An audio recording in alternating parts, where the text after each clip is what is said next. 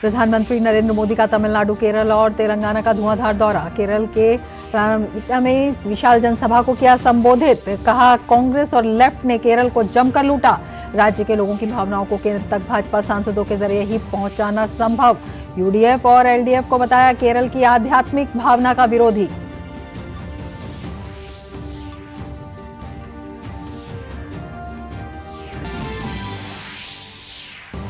तमिलनाडु के कन्याकुमारी में सभा में विपक्ष पर जमकर बरसे प्रधानमंत्री। कहा, तमिलनाडु की धरती पर बड़े परिवर्तन की आहट। भाजपा का इस बार का प्रदर्शन तोड़ेगा डीएमके और कांग्रेस गठबंधन का घमंड।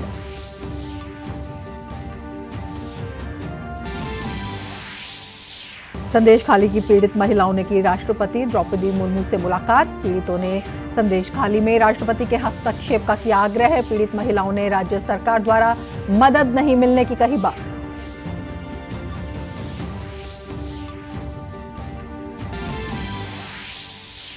लोकसभा चुनाव की तारीखों का ऐलान। कल चुनाव आयोग 3 बजे प्रेस कॉन्फ्रेंस में देगा विस्तृत जानकारी। ईसीआई ने आधिकारिक जानकारी सोशल मीडिया प्लेटफॉर्म पर की साझा।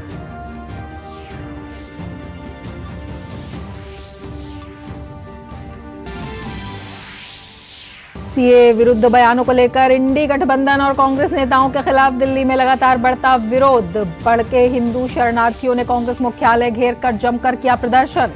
कल विवादित टिप्पणी पर केजरीवाल के घर के बाहर भी किया था प्रदर्शन।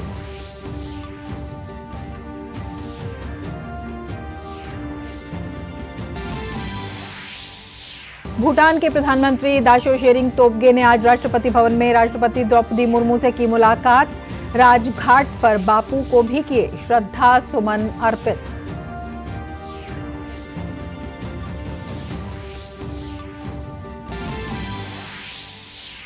फरवरी माह में देश से होने वाले कुल निर्यात में अभूतपूर्व वृद्धि दर्ज। चालू वित्त वर्ष के पहले 11 महीने में निर्यात के स्तर ने रचा इतिहास। देश का व्यापार घाटा भी घटा 38%।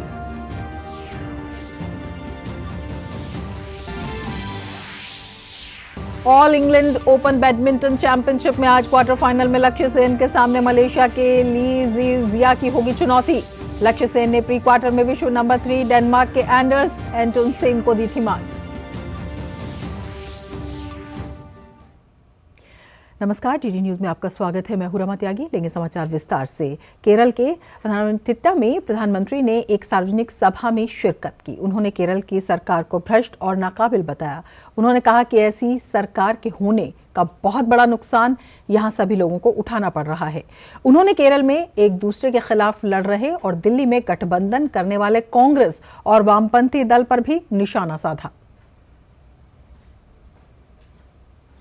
यहां आपके सामने कांग्रेस वाले लेफ्ट सरकार को फांसीवादी कहते हैं और कम्युनिस्ट पार्टी के लोग कांग्रेस को घोटालेबाज पार्टी कहते हैं।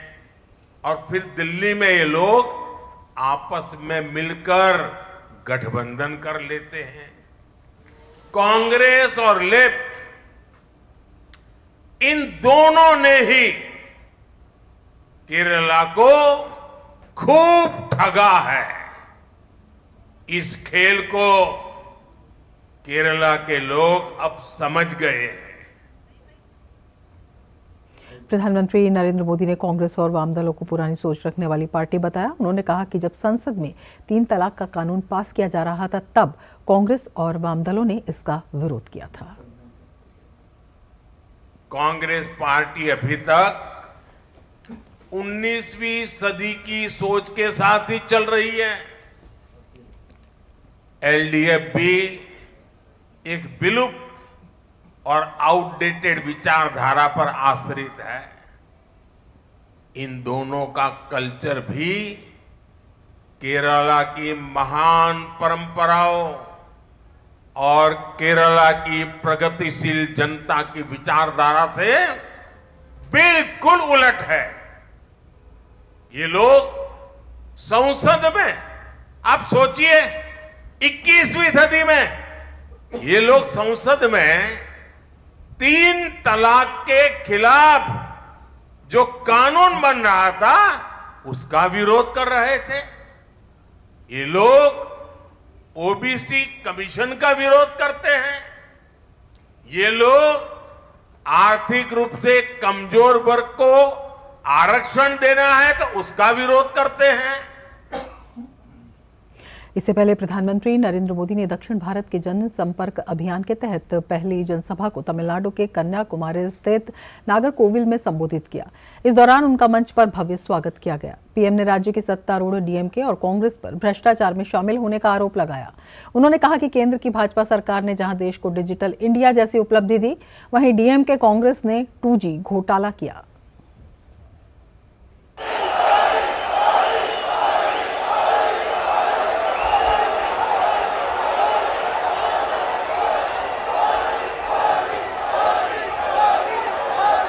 साथियों, ये दिल्ली में बैठे हुए लोगों की नींद खराब हो रही है कि कन्याकुमारी से आवाज उठ रही है। डीएमके और कांग्रेस का इंडी अलायंस कभी भी तमिलनाडु को विकसित नहीं बना सकता। इन लोगों की हिस्ट्री घोटालों की है। इन लोगों की राजनीति का आधार लोगों को लूटने के लिए सत्ता में आना है। एक तरफ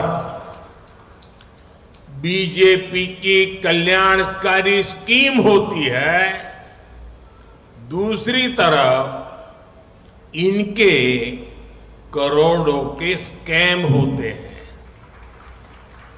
हमने ऑप्टिकल फाइबर और 5G दिया।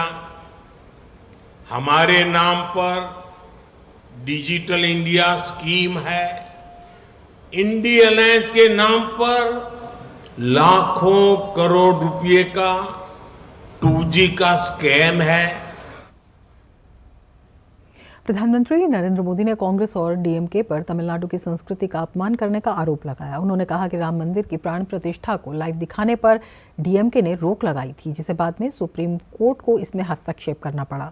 उन्होंने कहा कि भाजपा ने गुट्टू पर रोक को हटाने के प्रयास किए। डीएमके तमिलनाडु के अतीत की, उसकी विरासत की भी दुश्मन है। डीएमके ने अयोध्या में प्राण प्रतिष्ठा समारोह को देखने तक पर रोक लगाने का प्रयास किया। सुप्रीम कोर्ट को तमिलनाडु सरकार को कड़ी फटकार लगानी पड़ी थी। उन्हें सेंगोल की स्थापना भी पसंद नहीं आई। ये हमारी सरकार है, एनडीए की सरकार है, जिसने जलीकट्टू को पूरे उत्साह के साथ मनाए जाने का रास्ता साफ किया। जलीकट्टू ये तमिलनाडु का गौरव है। जलीकट्टू हो या तमिलनाडु की पहचान, यहां की संस्कृति हो, जब तक मोदी है इस पर आंच नहीं आने देगा। बुलेटिन में फिलहाल लेते हैं एक ब्रेक। आप देखते रहिए डीडी न्यूज।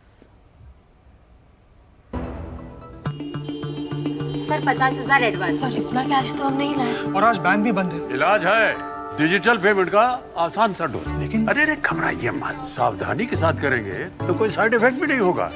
फोन लाइए मुझे, यहाँ फोन लगाइए। डिजिटल पेमेंट से लेन देन हो सकता है, आसान, सुरक्षित और तेज। मैंने तो इन्हें डिजिटल पेमेंट सिखा दिया है। आपने, क्योंकि आरबीआई कहता है कि डिजिटल पेमेंट अपनाओ, औरों को भी सिखाओ। मोदी सरकार की गारंटी, भारत होगा गरीबी मुक्त। 9 सालों में 25 करोड़ लोगों को गरीबी से बाहर निकाला।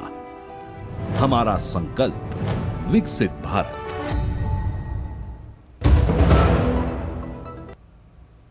संदेश खाली के पीड़ितों ने आज राष्ट्रपति द्रौपदी मुर्मू से मुलाकात की। राष्ट्रपति ने पूरे मामले को बड़ी संवेदनशीलता के साथ सुना।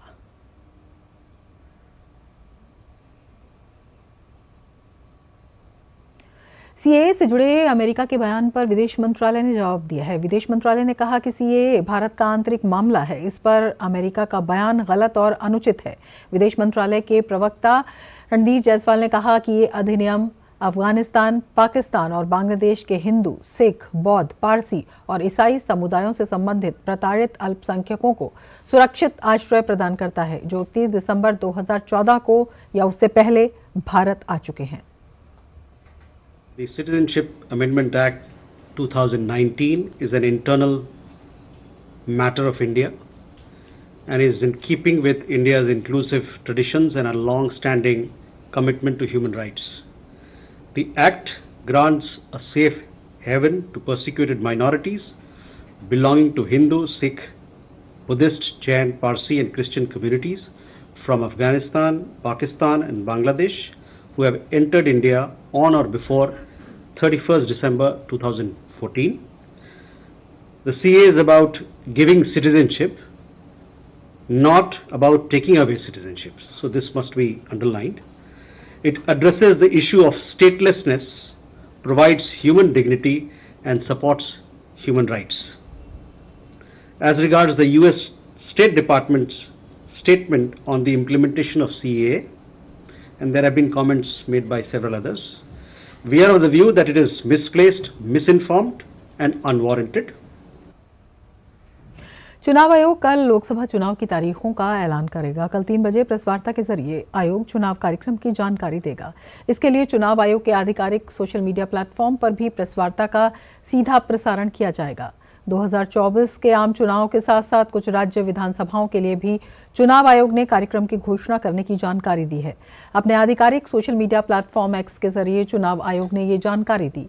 आपको बता दें कि बीते दिन ही नए चुनाव आयुक्त सुखबीर सिंह संधू और ज्ञानेश कुमार ने अपना पदभार संभाला है। वैश्विक मोर्चे पर तमाम चुनौतियों के बावजूद विदेशी व्यापार के मोर्चे पर अच्छी खबर है। फरवरी माह में देश से होने वाले कुल निर्यात में अभूतपूर्व वृद्धि दर्ज की गई है। इसी के साथ चालू वित्त वर्ष के पहले 11 महीने में होने वाले निर्यात के स्तर ने इतिहास बनाया है। फरवरी माह में देश से रिकॉर्ड 41.40 अरब डॉलर का निर्यात किया गया, जो फरवरी 2023 में 37 अरब डॉलर पर था। अप्रैल 2023 से फरवरी 2024 के बीच 11 महीनों में देश से कुल वस्तुओं का निर्यात 709.81 अरब डॉलर रहा है। अच्छी खबर यह है कि व्यापार घाटे यानी निर्यात और आयात के अंतर में कमी आई है और बीते 11 महीनों में देश का व्यापार घाटा 38% घटा है। फरवरी में व्यापार घाटा 1.95 अरब डॉलर पर रहा, जो फरवरी 2023 में 4.15 अरब डॉलर के स्तर पर था। अच्छी खबर यह भी है कि मोबाइल स्मार्टफोन के निर्यात के मामले में भारत ने अब चीन और ताइवान को पीछे छोड़ दिया है और अमेरिका और दुनिया को निर्यात के मामले में भारत अपनी हिस्सेदारी लगातार बढ़ा रहा है। इसके साथ इस बुलेटिन में फिलहाल इतना ही। नमस्कार।